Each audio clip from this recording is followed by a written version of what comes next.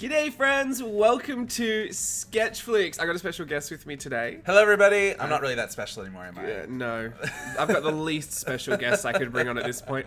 I've got Steve with me. Steve is my husband, for those of you who don't know, and SKETCHFLIX is a series where I basically watch TV for work. Yeah. It was a way that I could combine my passion of television and movies with work. So I've decided with drawing, sketching, also with another art. passion. Yes. Yep, I love drawing. I love illustration. So basically I put on a movie and I kind of sketch inspiration throughout it. It doesn't have to be a direct copy of what's on the screen. Usually it starts that way because I need to warm up. It takes me about 15-20 minutes to get in the groove. Oh, every single time. You don't practice before? The first couple of pages are always so bizarre. Like they're so seriously referential, so exactly what's going on, and then I start to loosen up and take it more for inspiration. So today's movie is The Great Gatsby. Hold on. Baz Luhrmann's The Great Gatsby. Barry Luhrmann. Yeah. Catherine and Barry Luhrmann. We're doing The Great Gatsby today. I really, really love the visuals in this movie. So good. It's so incredible. It's everything. Feast for the eyes, I think, is an overused saying that I'm going to use today. A feast. A feast. Feast. A smorgasbord for your eyes. No, but truly is, though, like everything. I mean, from cinematography to art direction to costume design to acting to the whole visual element of it is...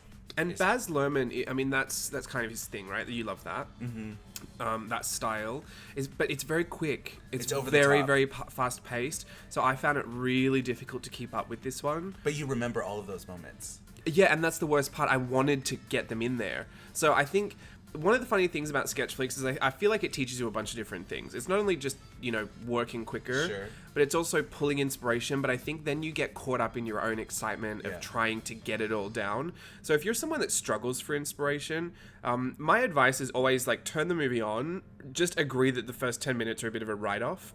And then once you're there, just keep pulling the ideas of things that you like. If it's a certain scene or a certain color palette or it's a certain character that you find interesting or a period, I love the fashion of this era. Of course. But this fashion in this movie, a lot of it was done by Miuccia Prada. Yeah. And so it was more of a high fashion take on what the 20s and 30s and Prohibition and all of that would have looked like. So it was really fun to be able to sketch out versions of the versions of. Do you know what I mean? Yeah. Everything was all derivative. Yeah, and it was super derivative. And even the characters, they had their own funny quirks to them. Daisy's... Their colors as well. Daisy's wardrobe is just... Stun Wario. I mean, everything is it's like Prada, Tiffany's. I mean, it's... Tiffany's! Steve's a big Baz Luhrmann fan, so it was a nice thing for us to sit on the couch and do together. Yeah. I will say, you also, I don't think, ever need to get anything finished properly when you're doing SKETCHFLIX. They're all ideas and concepts, and they're to reference at a later date. So I actually really liked these ladies, these four that are coming on the screen, little fashion illustration moment.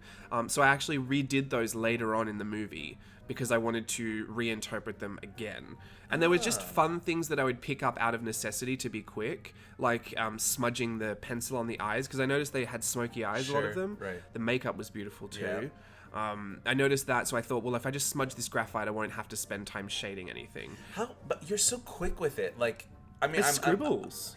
It's scribbles, but don't look too close. But you at least remember enough of what the coloring is, or what the hair looks like, or how to do it so quickly. See, that's hard. You've got a very good visual memory. We've been figuring out, if you haven't seen, we've been going Instagram Live a lot lately. A lot. Steve's been learning a lot of art journaling and just art in general on Instagram Live. Yeah. But we figured out that Steve has an incredible visual recall.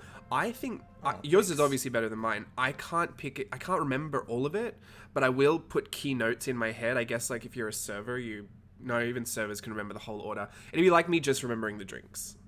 So I'll say to myself, I'm going to draw the fashion illustration. She's got a bob and those feathers. Right. I'll be like, bob and feathers, bob and feathers. And until it's done, I will keep telling myself. Do you think of colors as well? No. I mean, typically with these movies, I tend to grab everything and put them beside that book. That's a huge book, by the way. That's the massive 600 pages. Yeah. Where did we get that? I got it online. I got it on Amazon. I think they're selling them again. They stopped selling them for a little bit, and I think they're selling them again now. It was just such a fun little... It's pretty good paper, too, to be honest. It wasn't that expensive for a 600-page book. It's big. It's kind of falling apart, no? It's huge. I ripped all the pages out to scan. So I put all that stuff next to the book, which... is kind of its own color palette. It Sure. kind of the supplies list grows to the side of me, and I just keep pulling from that after a while. So then you kind of already have whatever you need. Right. So if I've had, Do you find that you're using the same colors over and over all the again? time, yeah, and it's a shame because sometimes I'll think, or I'll get to the end and I'll have a supply that I think, oh, I should have used this for that. But the best thing about that is then you've got something to work from after that. Right. Because once the movie's over, I can keep drawing. You know, this is just for the video because I like to involve people in that process and to watch. But once this is finished, I can tell myself, oh, I want to do that hat again because I love that hat. Oh, that hat is so beautiful. That kind of folded ribbon. How do you make that? Fabric fold. That's a cloche hat. I think that's felted. Yeah, but I mean, the artistry that goes behind even designing a hat like that. Just one of those hats, I know. And didn't Tiffany? We saw the special features that Tiffany's loaned one of their vintage pins for that hat. Yeah, and that was actually from the period. From the period, and they which is had crazy. The tea set. Yeah. They had permission to remake archive jewelry. And they also had, was it Brooks Brothers? Yes, Brooks Brothers partnered with them, with Catherine Martin as well, to do the men's suits. Which the suits, I will say, I lack in men's suiting in this. I did one, and I thought, oh, I'm over this. But you know what's so interesting is because I love the classic look of the men, just that silhouette, which is broad shoulders, clean lines, the pinstripes. And I love that she pulled from the colors of the era as well, and even maybe just like zhuzhed them up just a bit, because obviously it's Baz Luhrmann, right? But she still makes, you know, these colors that would, you know, maybe typically look more feminine. She makes them look so masculine and so beautiful. Well, everything's just so refined. Yes. And it's a taste level that I think it can be lost if you're not getting the references. Like, Right. I think a lot of people were first hesitant. What I saw anyway, we were like, well, that's not what that looked like. And I would think, well, if you don't know that that's Prada, you don't know why this is such a big deal fashion-wise. Yeah. And so knowing that it was Prada, because I'm big into fashion like that. I was just desperate to see it, and I loved seeing stuff that was just straight off the runway put into a movie. You rarely see that. They said they just took some, you know, because silhouettes stay the same, right? Certain silhouettes, and they pulled from silhouettes that looked referential to the 20s. Yeah, but were made with things from now. And they just threw it on the extras or on the actors and added just hair and makeup to look like the 20s. And before you know it, then voila, you have a full 20s moment that was actually built, you know, a couple years ago. I mean, some of the makeup even, you see the inspiration, and this is something that Steve and I always talk about. How do you take it as inspiration and, you know, finish with something that doesn't look like you didn't take it anywhere? Copy, yeah. Because it's lovely to pay homage and to copy. As far as learning goes, I think you can learn a lot. But I think eventually we'll have that desire to transform it in a way that makes it seem very us and very authentic to ourselves. And that's what I think they do so well with their own movies, and it's even fun to take theirs and to do it, you know, to recycle that again. They're just so clever with how they take something that's so literal and just refine it for a contemporary audience. And it's very theatrical, which you love. Oh, I'm obsessed. But the thing is, the audience doesn't know any different. The audience doesn't think, oh, well, that's not an exact, you know, period piece or period costume. You just see enough of the references that your mind tricks you into believing they totally wore that in the 20s. Yeah, if you can suspend disbelief if you do know better, but I think that even then you're just appreciating the bold choices. Yeah. I think a lot of what they do is with a lot of confidence, which I think can sell a lot of things. Totally. Like if you're just presenting it in a way that looks intentional, I think it sells. Which, you know, is not the thing I should be talking about in SKETCHFLIX because, you know, I wouldn't say I'm not confident with this, but I know that these are sketches, so there's no reason for me to get them to look good. They're just ideas. And some of them I do like, and I do think they look like something I would totally just, you know, have in my journal and call it a day. But other things I try and I think, ooh, woof, like never again.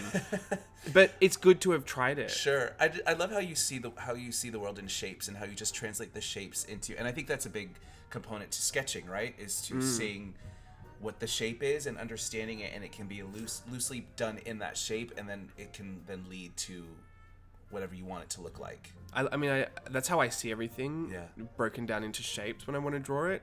But I think also medium has a funny effect as well. Like when I pick up a Tombow marker, I have broader strokes and I can do it quicker because the ink isn't going to have that dry brush look. But then when I pick up that ink brush, I can get a dry brush look. So I know I can do something even more, maybe more interesting with the fluid line. Sure. Then I pick up the pencil and there's all that texture. Like, even the pace at which I can work with some of the mediums will dictate why the style looks different from piece to piece. So good, though. You're so good at all of this. Thank you. Yeah, There's I'm no need so to be good at impressed. it either. Like, please don't think this is going to guarantee you'll be good at anything. I This mean, is just so that I love- can watch movies. Right, but I love the process. At least, like, the thing that I appreciate is that your foundation is there, right? So if your foundation is in fashion illustration, which you really love, Yeah. and then you take a movie like The Great Gatsby, which is obviously, like, there's a fashion foundation there as well. You merge the two together, and then you get something that looks really incredible. Thanks. I mean, these are my favorite personally from this whole thing, and to me they were very Japanese inspired. It was almost like they were little kokeshi dolls on stands, and I love because you and I had been practicing dress forms, Yes. Which we also had a tutorial on YouTube, and then it was here because I did this last weekend. But when we started, like when those stands became wonky, I was like, oh, I really like that. They're really pretty. Yeah. I know Steve doesn't like stuff like this, but that doesn't matter to me. No, I can appreciate it. I just don't know how to do it, which is probably why I don't like it. No, but I mean, you know what I mean? Like, it's enough that you just like the idea. Sure. And run with it. Because I liked the 4 ladies from before, and I thought, well, let me do a collection of these kind of 20s, 30s inspired, so great. sleek, modern kokeshi doll dress forms. Now, that's a whole bunch of inspiration coming together at once from a whole bunch of different places, but I am obsessed with this. I think I so could have cute. left them at the pink and black. I did take it a little far, adding more. Yeah, but it's now fine. you know. Yeah. Like, I'll just take a screenshot of that. Right, and then you can also, like, just draw it again. True, I can. So this is that point in the movie where it's like you found inspiration to work with. Totally. Yeah, you've got all the confidence in the world just to keep sketching and sketching and sketching. It's why I also have a really big book so that I'm not limited by space. I also don't need to fill up every blank spot on the paper. If in the future I need a piece of paper, I'll go back and just draw on the side of one of these or on the back of one of these. Obviously for video purposes and for business reasons, like I keep the paper available so I can scan it for things. But Totally. Please don't feel like I'm wasting anything here. It all gets reused and recycled and cut up and scanned. And I mean, you even made some of your postcards or thank you postcards with SKETCHFLIX. Thank images. you. Oh yeah, for sure. If people buying things from the shop get a little thank you card, and there was a SKETCHFLIX version of that thank you card because I've done a ton of movies. Yeah. I'll put this in the playlist. There is a SKETCHFLIX playlist that we've done tons and tons Which of is movies. so funny because we were going through what to do. And it was like, well, do this one. I've already done that. You have? We've I kind know. of lost count a little bit. Well, I did a couple on Patreon as well. My playtest Patreon bundles that are available on Teachable. Would you redo some? Would you go back and like redo Peter I Pan? wonder. I would probably give it a go. I wonder if the inspiration will be the same because I've always said like you go back and on a different day you're feeling in a different mood or you've got a different supply. You tend to do something different. Sure. So I would be interested to see how that inspiration changed. Yeah. This was just a random like last ditch effort to get as many little 20s and 30s faces. I love that one. It was very like The one on the my bottom. husband who. Yeah. I like that one too. That one on the bottom. I want to learn how to draw these with this hair. Oh, you could totally do that. Yeah. We might make that a mission to get you to learn. I love that. Thank you so much for watching. I'm about to do a flip. Oh, there you go. I'm doing it. I'm gonna flip through the rest. Look at that green light. I saw that. It's like you kind of get it, but it's Also, P.S. The soundtrack to this film is so incredible. oh, I love that moment. Love. This is like this open moment with all the curtains flying everywhere, and she just throws her hand over the side of the couch with that big old diamond ring that Tiffany's whoever wearing. set that shut up. It needs a medal. I truly just so dramatic, beautiful. How fun. Myrtle.